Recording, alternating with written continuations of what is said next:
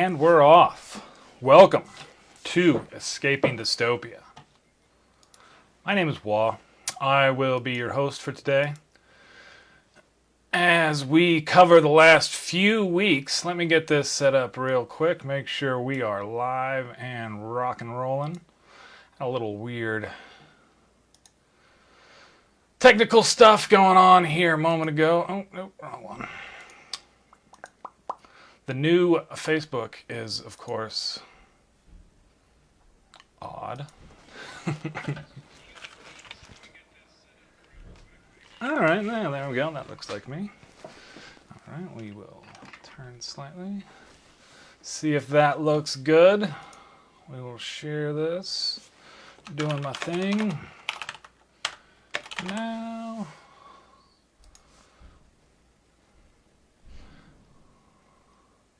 Alright. Looking alright. Alright, folks. Man, I'll tell you what. It's been quite the month. We will put this over here so we can add our comments like we do. And we'll leave that there. We've got a few things to cover tonight. It's been quite the month, right? As we've gone into September in COVID world, things have been difficult, to say the least, I think, for a lot of folks. This is kind of where we've gone back to school, which, of course, has been fraught with all sorts of interesting issues. Our kids have stayed full remote here, which beginning kindergarten and second grade has been its own kind of special challenge, to say the least. Everybody has those going on. We'll talk a little bit more about COVID experiences later, but I wanted to cover a few other major stories first. Over the last few months, we have seen the inevitable results of what we knew was coming, right, with climate change. And we have wildfires raging in the West. Colorado had been, that's where I am, by the way, doing really well over the last couple years, and then they switched. And now the whole state is in drought mode and we have wildfires raging. I actually took a picture last night of the red moon. It was a very bright moon, but it was also very red because of all the smoke in the sky. So our Spaceship Earth is burning a little bit. This is one of those things that is the long-term issues. There's also a big bird die-off here in Colorado. I saw, and I heard that they found out, because we had a big cold snap. It was 100 degrees one day, and then it snowed, actually 2 days later, with the extreme temperature swings that you see. It's been way hotter, one of the hottest summers that we've had up here. And then we had a snowstorm, and then 3 days later it was 90 degrees again. During that snowstorm, it killed off a bunch of migratory birds who were just coming through, and they were actually all very underweight. There's been one of the things that's happening with climate change now and human activity has been a big drop-off in insect life, which then starts to go up the food chain. I think we're going to see here over the next few years some really pretty serious consequences of some of this stuff, which I don't doubt that plastics might be part of that issue, microplastics in our atmosphere, because I think they might be disrupting somewhere along that. Anyway, we shall move on because there has been a lot of really, really big news over this last month, I should say.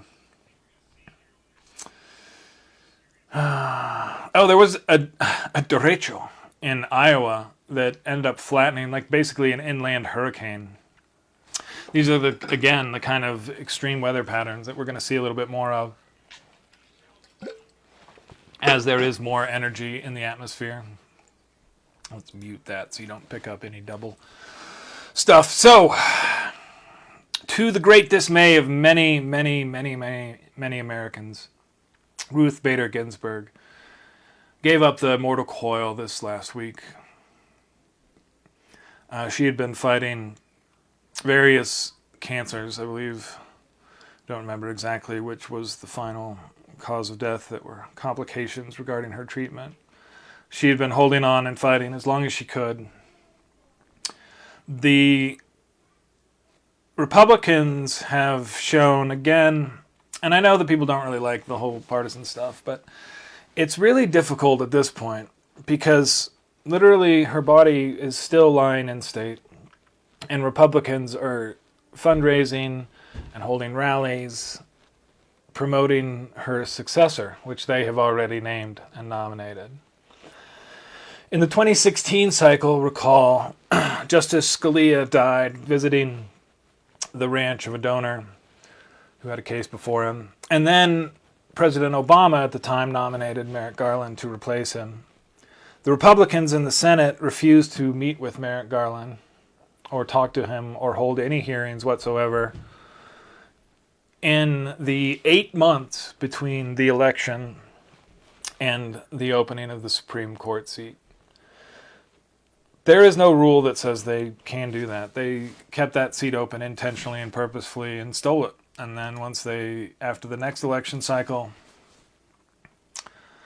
after getting help, right, from foreign adversaries to take the Oval Office, they stole a Supreme Court seat.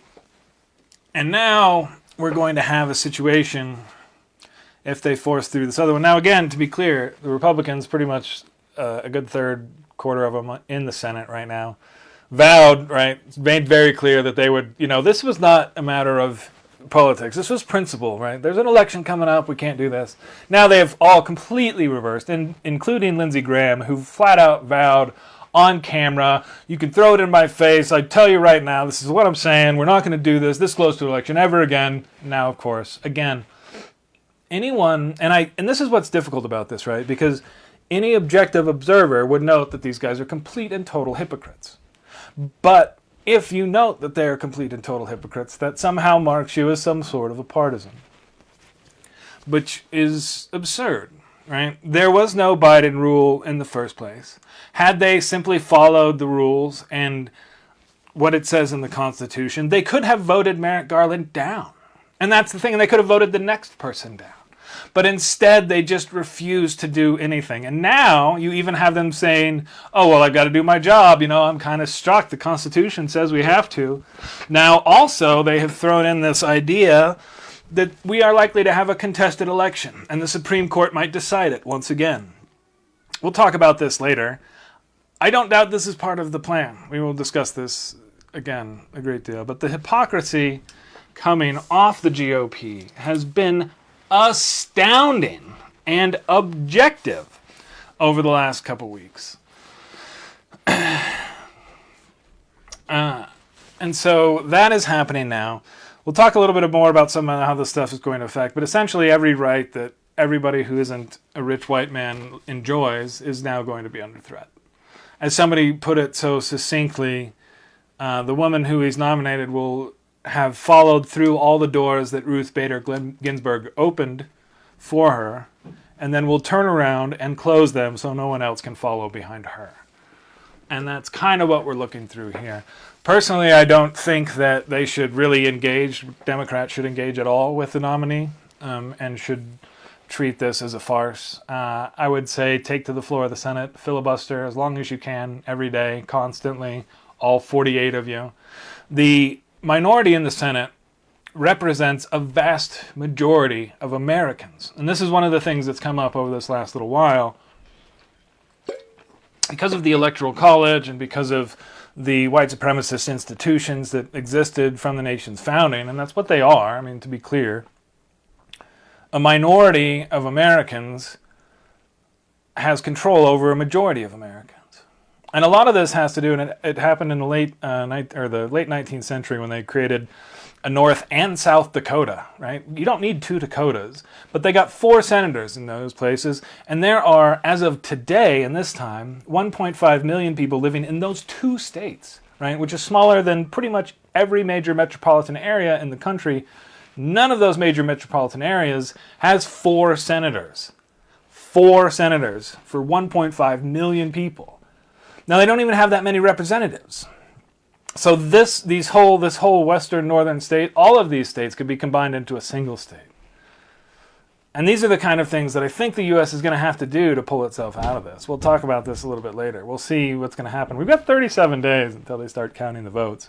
One of the things that is important to remember is people have already started voting. I saw today a news article that said at this point of time in 2016, there were about 10,000, 9,000 votes cast. And at this point in 2020, there's been like nearly 900,000. A lot of that is COVID. A lot of new states are opening up more remote, or I should say absentee voting options, mail-in ballots. Colorado, where I live, has been 100% mail-in for years now, and it's great. Hearing a lot of the attacks on the election, we'll talk about this next. We're going to go into our polls. Biden, again, continues to show very consistent polling gains. He's up by 5-6 points. The country seems to have shifted about 5 points since the 2016 election, which we saw in 2018 as well. But in Colorado, we do 100% mail-in, and it's been wonderful. One of the calculations that the liars about attacking mail-in ballots have talked about is this notion that there's some good return on investment for malfeasance in voting. And again, voting is one of those things where individually it's not a hugely powerful thing. An individual vote, it's your only one, but everybody else has one, and you look around, there's tons of people. The whole point of voting is how do we resolve these issues where there's tons of these people and they all have their own opinions. And so we set up these institutions to count those votes. And that's how we decide this kind of stuff. It's just that fundamental here. And the attacks that we're seeing on this very process are they're so disconcerting. And they're consistent. These kind of level attacks on just our voting system, the integrity of it, especially, and I'll talk again, this is going to be at the end, but I am very concerned that what's going to happen is going to be extremely dangerous for our democracy because, again, the person who's pushing it faces, if he loses the election, he's not just losing the election, he's not going to lose the election and then go on tours and go give speeches and go do that. If he loses the election, he's going to jail, and most likely for the rest of his life. His niece, Mary Trump, turned over criminal evidence regarding his financial history. And a lot of folks, again, all of his supporters, and this is one of the things, I was going to talk about this at a later point, but I'll cover it now too, because I'll cover it again.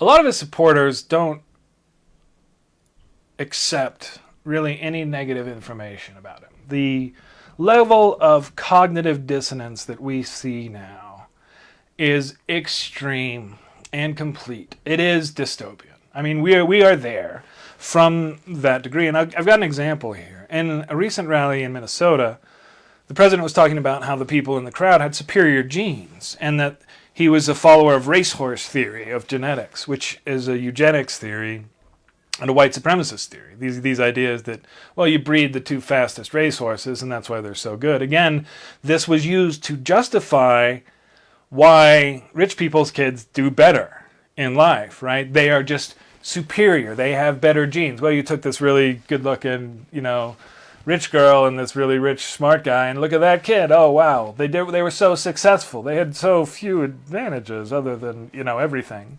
And so this is one of the reasons how in certain aspects of our niches, I should say, my premises, that they try to justify this kind of inherited wealth, right? That we are superior genetically. It doesn't matter per se what or how we do.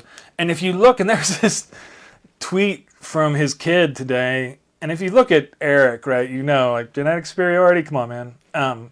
But his other son, his namesake son, was high as a kite, or something was wrong.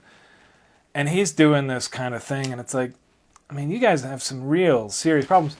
But and this is one of the things that's difficult, why he doesn't do a whole lot of interviews, and why even like George Stephanopoulos, I guess, was interviewing the other day and really missed the opportunity to ask. And all you have to do is ask him what he means by this.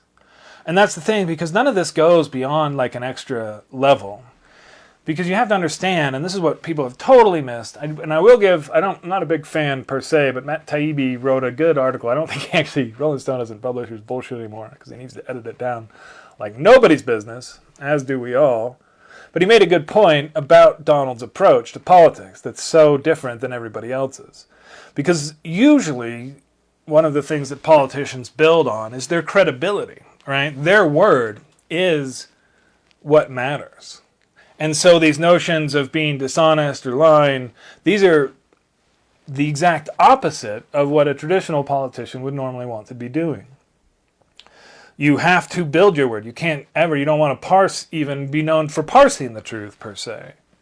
Donald is different. Donald is a salesman, and his entire approach is transactional. He'll say whatever he needs to say in the moment to get the deal, per se, that he's trying to get, even if that deal is just a laugh from a crowd, right? The idea is to get the result. What he says, he doesn't mean really much of any of it. And this is where our media has really underserved the public tremendously, because they'll take these jokes or these sales things or these asides or these whatever and treat them as if they were real things. And if they were real, does he actually believe this? No, he doesn't. Obviously, he does not, right? And that's one of the things that's been so difficult about getting across to his supporters, like how bad he is at his job, because so much attention is focused on that his approach to it is so different, right? Because his effectiveness is horrid. And we'll talk about that here in a minute when we start to talk about the economy.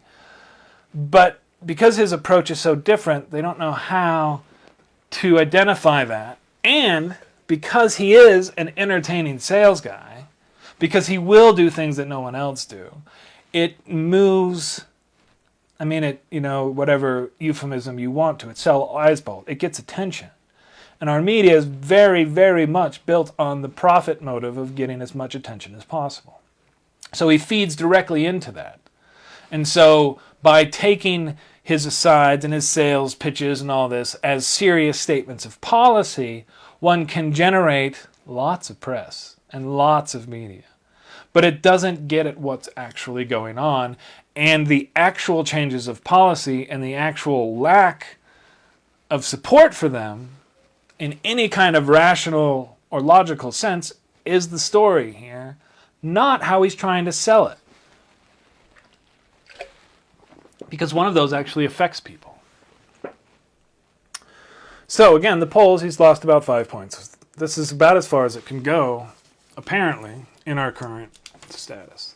So let me switch real quick. I want to talk about something just to cover it, and then I'll probably cut this into a little bit later. This is in Colorado. This is kind of a hard stop change, so this is specific here. In Colorado, we have a measure on the ballot, Proposition 115. The Republicans tried to get this passed in the legislative session this year. My wife and I testified against that, and it failed. So they added a petition to get it on a ballot measure. It's a ban on abortions after 22 weeks.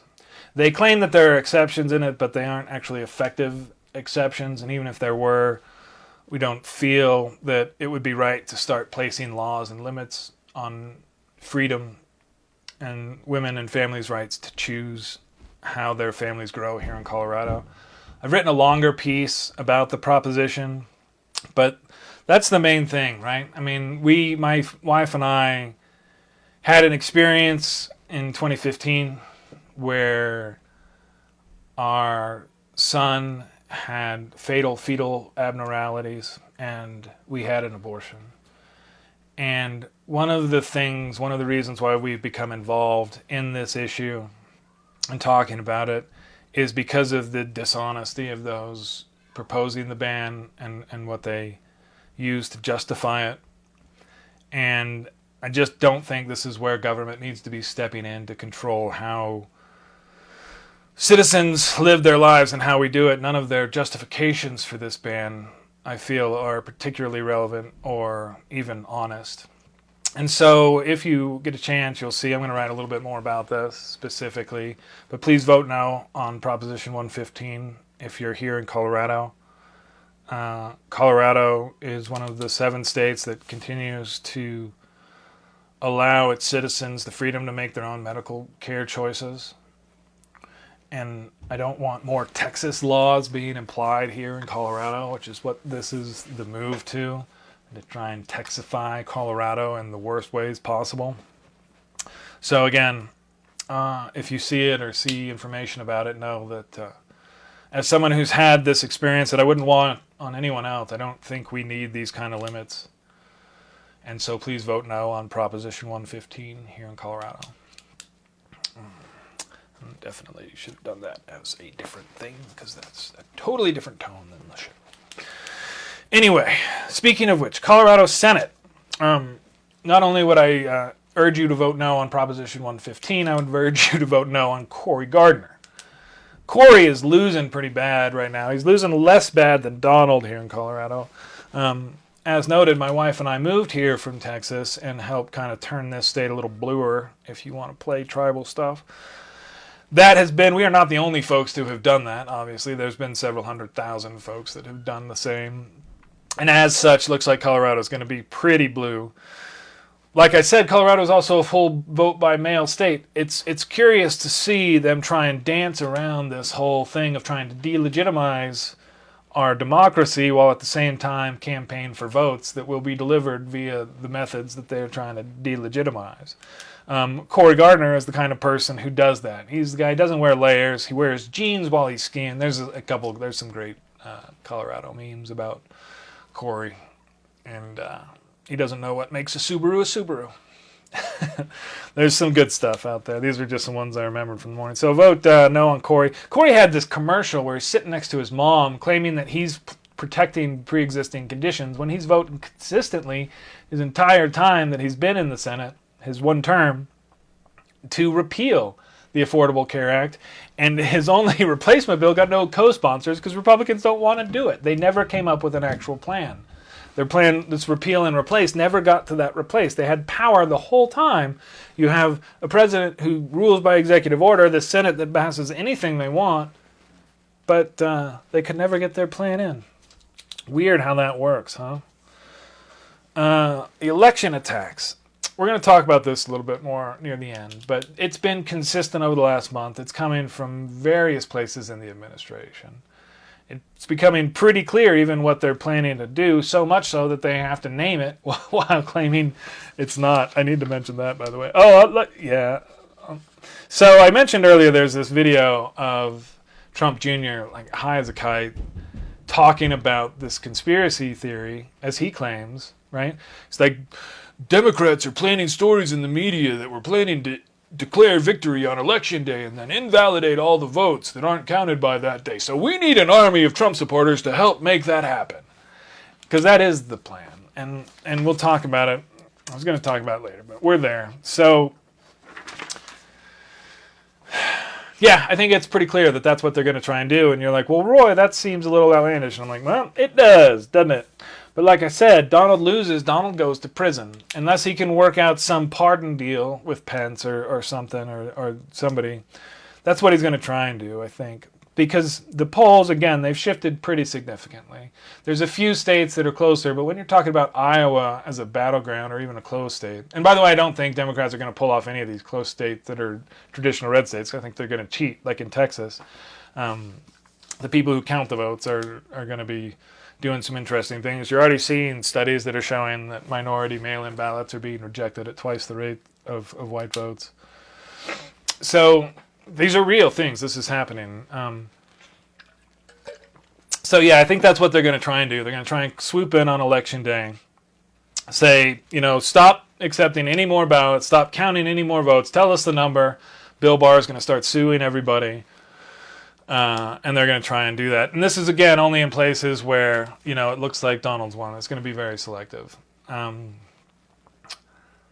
his support is not fake. It's real. I see here in Colorado, even where he's down by 7-8 points, that still means 40% of people, 50, 43, 44% of people actually like him. And in this point, to continue to be a supporter at this point means that you're pretty hardcore about it, which we'll see how that changes. And one of the things that happened in 2016 was that a lot of folks who hadn't been voters voted for him, and a lot of people who might have been less motivated voters just didn't vote.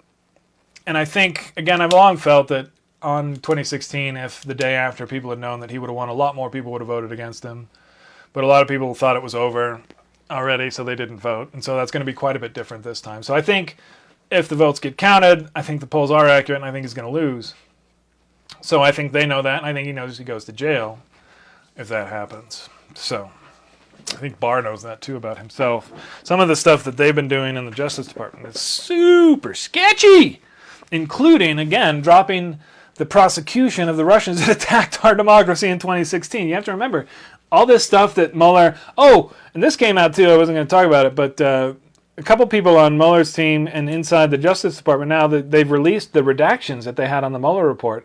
And Bill Barr redacted all the parts talking about how the Russians were doing stuff and how they were helping the Trump campaign, how they were going after Clinton, the troll farm stuff. He redacted all of this stuff because at the time, the justification was that these were ongoing legal matters, that they were still trying to go after these folks, right? They were still suing these Russian firms, right, for attacking our democracy, so they had to redact all this stuff.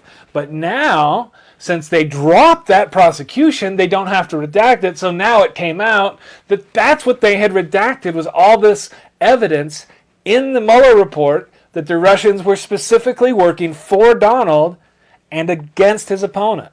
And Barr redacted all of that, so then he could claim, there was nothing here. That's the scam. And so, again, we've already had an Attorney General of the United States who's intervened to protect the United States, the President of the United States, from an investigation regarding his, what is the word, collusion with the Russians to take over the country. Now, that person is now installed will have installed, I'm guessing, because I don't think the Democrats have the balls to just burn down the Senate to stop it, which is what they have to do. 3 Supreme Court justices, which will then most likely grant him another term. So if you want to talk about the death and spiral of the United States as a political entity, as a democracy, this is it. I mean, I'm marking that moment and that time. Over these next 37 days, we'll see how it works out. A lot of people seem to think that you can pull out of a death spiral like this easily, and you can't. And one of the things that I've been chronicling for the last 20 years or so has been, the kind of obvious self-inflicted stumbles that the United States is happened on itself. And I have kind of less doubt now that in 2030 or 2040, if I'm still talking about it, I will, be like, well, duh, I knew this was going to happen. This is why it happened. Here, watch the videos. Real time, baby! Anyway, so our economy is in a complete utter tailspin. People don't realize this because we're in a massive recession. There was the jobless claims ticked up this last week to what would have been a new previous super record, what was instead simply the second lowest number over the last 3 months. It's like 800,000 new jobs. The unemployment rate somehow doesn't seem to get published or noted anywhere. And it's weird because it keeps coming out, but like Donald will tweet about something else and then nobody will notice what it is. I mean, do you know what the unemployment rate is right now? Right, exactly. Unemployment. And now, and not even that, but I mean, at a certain point, it's 9%, 8.4% right now.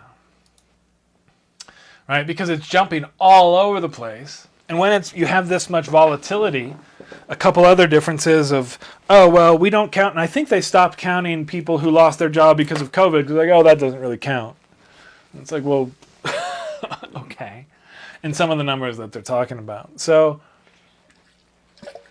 we've had those massive job losses. We still have this huge trade war going on. We have roughly a $4 trillion deficit that's building for next year, which, I mean, you can dismiss it all you want, but that's real. I lost my video feed, so I need to find it back. See, that's what happens when I just start Googling stuff during the show. All right, so our deficit is huge. Oh, one of the other things, probably one of the more ridiculous things that we did over the last few weeks, the Justice Department, not the Justice Department, the United States, our Secretary of State and other folks are trying to reinstate sanctions on... Where is it? Is it still going? Still going. All right. Sorry. Should be here, but it's not there. All right. I know, it's fun. We're trying to pre-impose sanctions from a deal. Oh, there we go. We dropped on Iran, right? We are no longer party. Oh, yeah. Shoot. Yep, I forgot about how I started doing things. I'm so bad. U.S. to reimpose sanctions. Yep, out of practice. That's what happens, guys. Sorry, I know I should have been sharing these. But none of you are re-watching anyway, so... It's okay. Here's the budget deficit one. There we go. Here's the ice being fascist one. There's been tons of this stuff. Here's the murdering the anti-fascist one. Here we go. U.S. reimposes UN sanctions on Iran. Except we can't because we dropped out of the deal. So we dropped out of this deal in, 2017, right? And now we're trying to reimpose sanctions a month before the election, even though we're not even a party to the deal. And everybody else is like, well, you're not party to this deal. How are you invoking the deal's sanctions?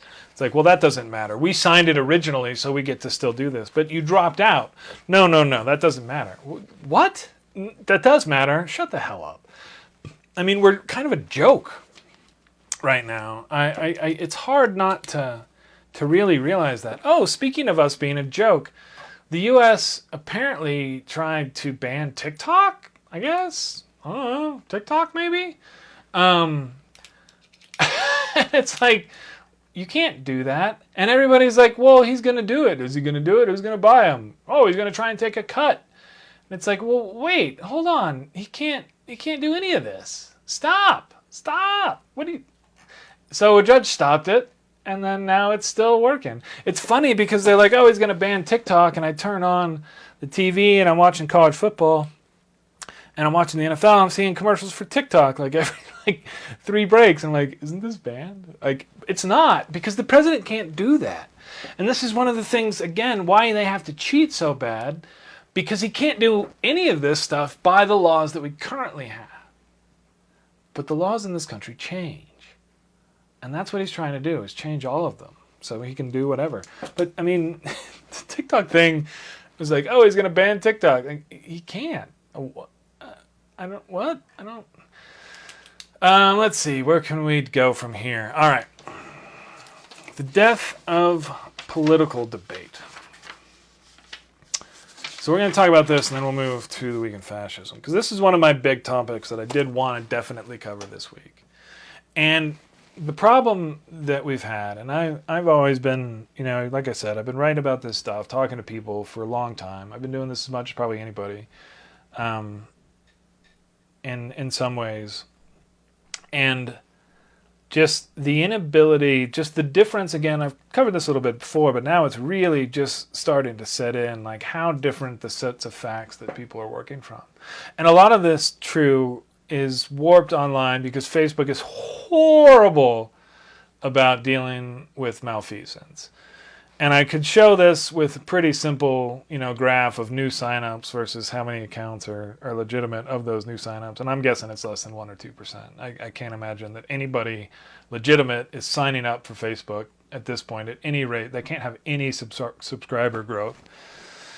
And the only way that they could is by allowing these constant fake accounts. I got a slew of these like, why is this account sending me a friend request? Gosh, that's a lot of cleavage, and those kind of things have started up again. And the fact that they can get that far to actually have already created an account and already sending out friend requests tells you that a lot of the activity there is illegitimate.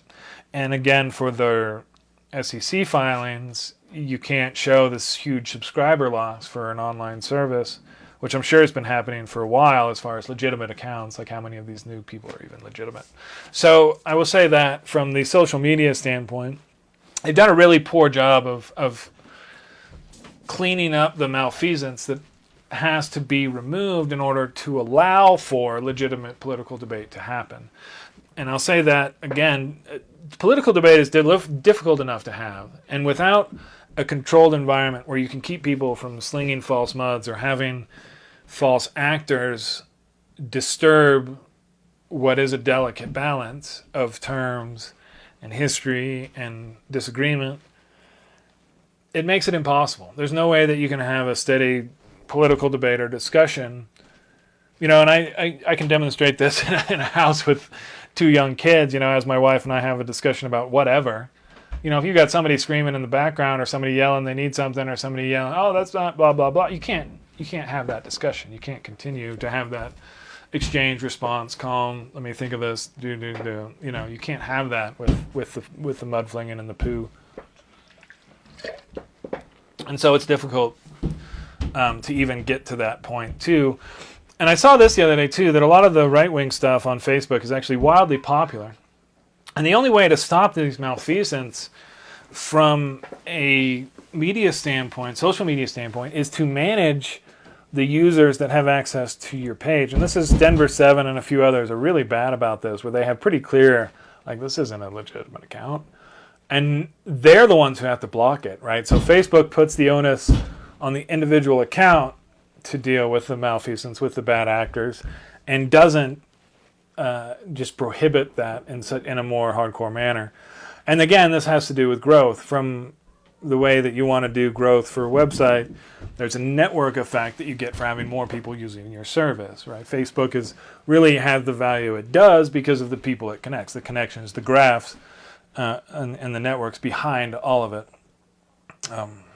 Those of you who don't know, Facebook actually runs on this language called GraphQL, which I'm learning. Anyway, so the value comes from the connections, from the network, and all the people using it. It's not anything else. It's not particularly special outside of that. One of the things that's come up over this last little bit is that they've had to internally, Facebook has to cut down on their internal message boards for political debate because it's been causing such division, which is, a curious lesson for the rest of us.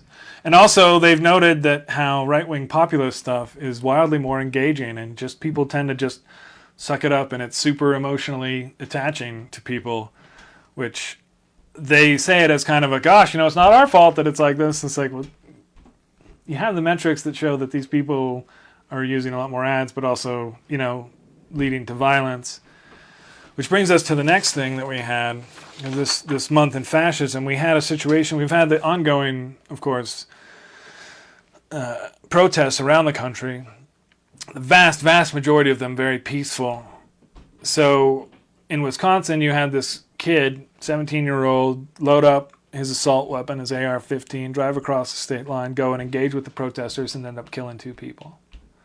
The right wing has, again, since this happened, lionized the young man who is now fighting extradition and turned him into a bit of a hero. His mother, who drove him there to kill these people, received a standing ovation the other day from a conservative organization. Converse this with what happened, and the president himself and his sons, I believe, have spoken as this kid as a victim here, despite him, again, driving across state lines with a weapon that he should not have had and killing 2 people. Converse this with what happened in Portland. A guy was trying to walk across the street. He got confronted by a number of Trump supporters with the Patriot Prayer. Apparently one of the Patriot Prayer people pulled out a can of mace to mace the other people.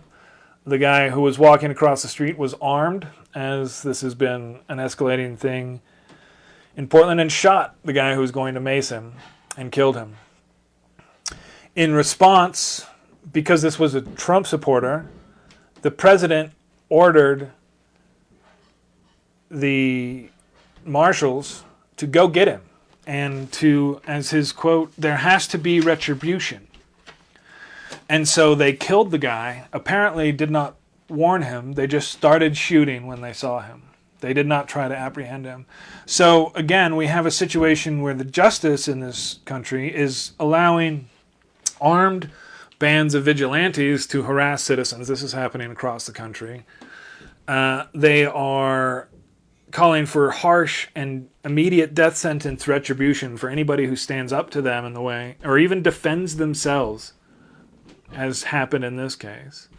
They are going to allow their own supporters to go across and kill protesters, as they're doing with the Rittenhouse situation. So it's not hyperbole to speak of fascism in this country. It's not hyperbole to speak of dystopia. There, in the neighborhood I was here, there was a kid holding a Biden sign. Somebody came by and flashed a gun at him.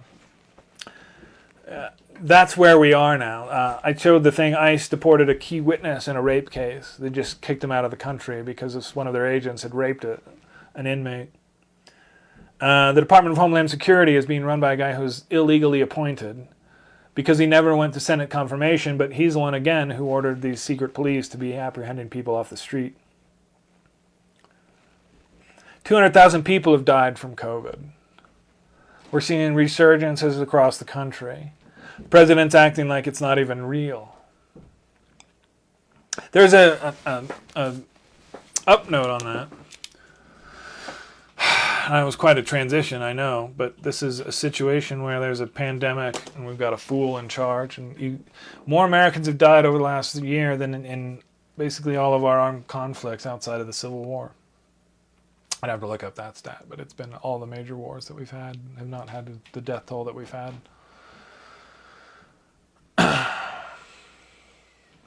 A judge ordered the census to keep going because the president wanted to shut it down because he's literally arguing in point that we don't have to have an accurate count of Americans, or excuse me, and I said that totally wrong, of people, because the census calls for people living in the territories. The president is trying to change that to only be people.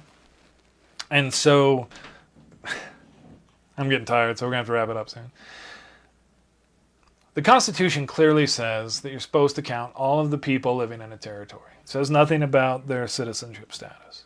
The president has asked I believe it's the Commerce Department who runs the census, to come up with calculations so he can exclude from the official count people who are not of a citizen status that he approves of.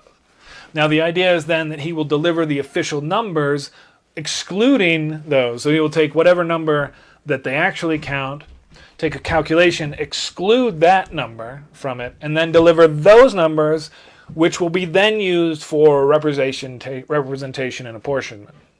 The previous Supreme Court had rejected this. His new one will allow it. And this is one of the things why Democrats shouldn't even engage on qualifications or anything. Just don't let them steal the Supreme Court, because you've already seen what they plan to do, which is steal power by using it. And that is about what we got today. It is a lockdown drag-out fight. I try and be, kind of flippant and fun on a lot of this stuff, but we're in nut-cutting time for the country. One happy note, we got to all watch Jerry Falwell fall. Apparently he is a cuck, as they call it. Whatever.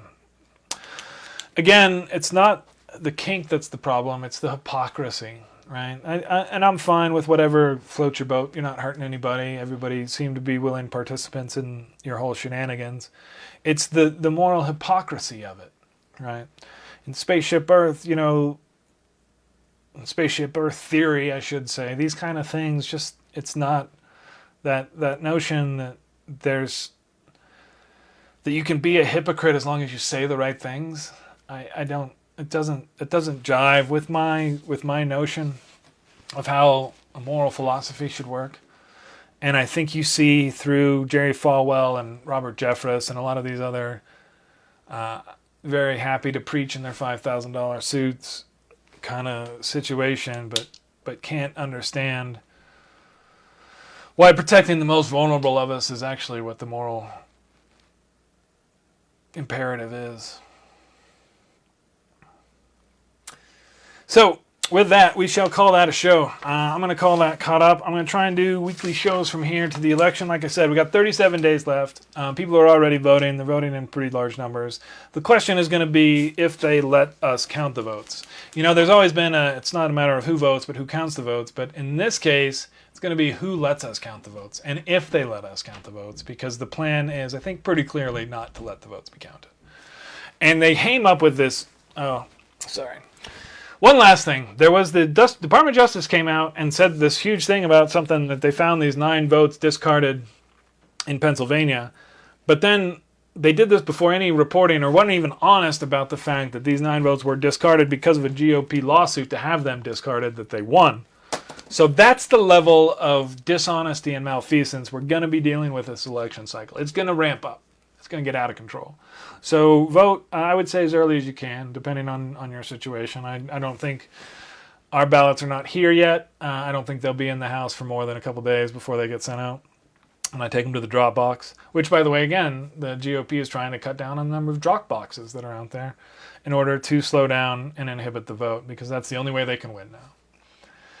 And we're in that time. So with that, I wish you well. It's time to escape. This is the name of the show. This is why I was there. Saw a lot of this coming a while back, but we're there. So time to fight and time to get out.